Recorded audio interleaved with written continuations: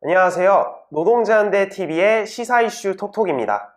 얼마 전 공수처가 언론인들과 야당 정치인들을 대상으로 무더기 통신 조회를 한 사실이 드러나면서 논란이 되고 있습니다. 공수처가 출범한 지도 곧 1년이 되는데요. 오늘은 공수처로 대표되는 문재인 정부의 검찰 개혁에 대해서 살펴보겠습니다. 노동자연대 신문의 김승주 기자와 함께합니다. 안녕하세요. 안녕하세요. 네, 금방 말씀드렸듯이 공수처 통신 조회가 지금 문제가 되고 있는데요. 공수처와 민주당은 수사기관들 사이에 흔한 관행인데 왜 공수처만 문제 삼느냐 이렇게 항변을 합니다. 이를 어떻게 봐야 할까요? 네, 김진욱 공수처장이 그렇게 말했는데요. 검찰과 경찰도 다 하는데 왜 공수처한테만 사찰이라고 하느냐 이렇게 말이죠. 그러나 공수처가 기존 수사기관들의 관행을 핑계 삼는 것은 뻔뻔한 태도인데요. 특히 공수처의 이 출범 취지를 생각하면 그렇습니다. 물론 실제로 통신조회가 검찰, 경찰, 국정원 등의 이 수사기관들 사이에서 만연한 관행인 것은 사실인데요. 한 해 500만 건 이상의 통신조회가 이뤄진다고 하죠. 그러니 검찰총장을 지낸 윤석열이 통신조회를 한 공수처는 미친 사람들이다 라면서 핏대를 세우는 것은 위선입니다. 그러나 이런 우파들의 위선과는 별개로 공수처는 문재인 정부가 기존 검찰을 개혁하겠다면서 출범시킨 기관입니다. 검찰에서 공직자 부패 수사 기능이 분리되면서 만들어진 것으로 일종의 대한검찰을 표방했죠. 그런데 공수처의 통신조회 사실은 공수처가 기존 권력기관들의 악행을 답습하고 있음을 보여주는 것입니다. 그렇군요. 공수처가 출범한 지도 1년이 됐는데요. 그동안 한 게 무엇인가요? 네, 공수처에는 지금까지 3,000건 가까운 사건들이 접수됐다고 하는데요. 그 중에서 수사에 착수한 것은 중복을 제외하고 12건 정도이고 수사가 완료된 것은 2건입니다. 이 중 하나인 공수처의 1호 수사는 사람들의 큰 관심을 모았는데요. 어이없게도 이 1호 수사 대상은 고위공직자의 권력형 비리가 아니라 이 부당해고됐던 교사들을 복직시킨 조희연 서울교육감이었습니다. 마치 복직이 특혜 비리라도 되는 양 혐의를 제기했던 것이었는데요. 하지만 복직된 교사들은 교사의 정치활동을 금지한 억압적인 법의 피해자이고 복직은 당연한 구제조처였습니다. 그런데도 공수처는 조희연 교육감을 수사해서 기소 의견으로 검찰에 넘겼고 실제로 검찰은 기소를 했습니다. 이 사건은 공수처가 진보적 개혁과는 아무 관계가 없음을 보여준 상징적인 사건이었습니다. 반면 공수처는 친정부 성향으로 알려진 전 서울중앙지검장 이성윤에 대한 수사에서는 특혜를 제공했습니다. 이에 대한 비판이 일자 이 관련 보도를 한 기자에 대해서 공무상 비밀 누설 혐의로 내사에 착수해서 언론을 압박하기도 했어요. 이 과정에서 통신조회가 이뤄졌죠. 또 공수처의 수사 역량은 정부의 정적이 된 윤석열 전 검찰총장의 고발 사주 의혹에 집중된 것으로 알려졌습니다. 사실 공수처로 대표되는 검찰개혁에 이 정의당, 진보당 등의 좌파의 상당수도 지지를 보냈었는데요. 그러나 출범 이후 1년간 공수처는 아무 성과도 없고 정치적 중립과는 거리가 먼 기존 정치 검찰의 이 문제점들을 고스란히 반복하는 검찰 투임을 보여주고 있는 것이죠. 네. 그렇다면 문재인 정부가 추진해온 검찰 개혁의 실제 내용과 그 본질은 또 무엇인가요? 네, 문재인 정부의 검찰개혁은 검찰을 민주화시키지도 검찰 권력 총량을 약화시키지도 않았습니다. 문재인 정부는 검찰의 권한을 공수처와 경찰로 분산시키고 여러 권력기관들이 상호 견제하면 국가기구의 민주화를 이룰 수 있을 것이라고 이야기했습니다. 그러나 결과는 어땠습니까? 공수처는 앞서 살펴봤듯이 검찰 2에 불과하다는 것이 드러났죠.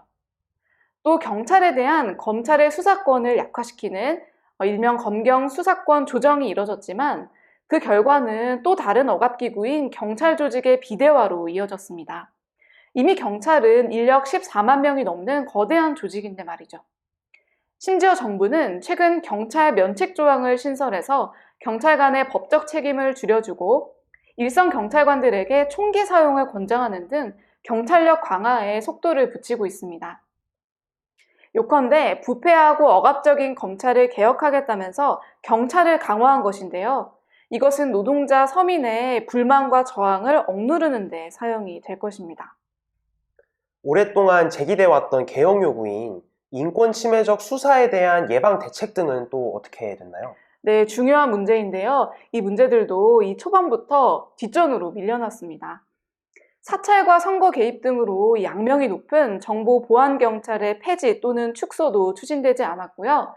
그에 버금가는 검찰 내의 사찰 부서이자 공안, 집회, 노동사건 등을 다루는 대검찰청의 이 공안부도 폐지하라는 요구가 있었는데 이것은 명칭만 공공수사부로 바뀌었을 뿐 추진되지 않았습니다.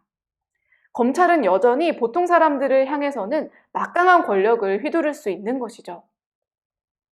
문재인 정부는 검찰개혁을 민주개혁인 것처럼 포장했지만 실제로는 정부 주요 인사들이 연루된 부패 의혹 수사를 집요하게 방해하는 데 이를 이용했습니다. 검찰의 직접 수사를 축소해야 한다는 명분으로 수사팀 10수 개를 해체시켰고 이에 불만을 표하는 검사들을 좌천시키거나 윤석열 당시 검찰총장에 대한 징계 시도까지 벌어졌죠.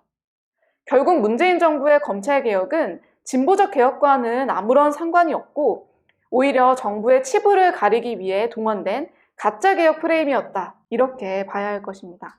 그렇군요. 검찰 개혁은 또 국가 권력을 분산시키고 서로 감시하게 함으로써 국가를 민주화한다는 구상에 기초한 것인데요. 이에 대해서는 어떻게 봐야 할까요?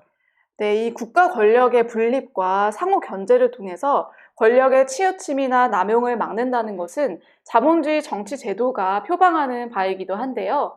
그러나 이는 국가 내의 권력기관들 사이의 견제이지 국가에 대한 아래로부터의 견제를 뜻하는 것은 아닙니다. 하지만 검찰, 경찰, 법원 자신이 권력을 휘두르고 남용하는 당사자들인데 그들끼리 상호 견제한들 권력기관의 문제점이 해결이 되겠습니까? 가령 유전무죄, 무전유죄 같은 계급차별적인 법 적용, 정치 경제 권력의 부패한 유착, 노동자 파업 탄압이나 집회 시위의 자유 제한 같은 문제들에서 말이죠. 가령 공수처와 검찰은 서로 더 많은 수사권을 가지려고 다투지만 조희연 서울교육감 사건에 대한 태도에서는 다르지 않았습니다. 이는 권력 분립이 노동자 서민을 위한 민주주의에는 별 도움이 안 된다는 것을 보여주죠. 한국 검찰과 경찰의 역사를 통해서도 이 점을 알 수 있는데요. 1953년 형사소송법 제정 당시에 경찰 권력을 견제한다는 명목으로 검찰에 막강한 권력이 부여됐습니다. 그러나 그 결과는 검찰이 경찰 못지않은 부패하고 억압적인 권력으로 군림하게 된 것이죠.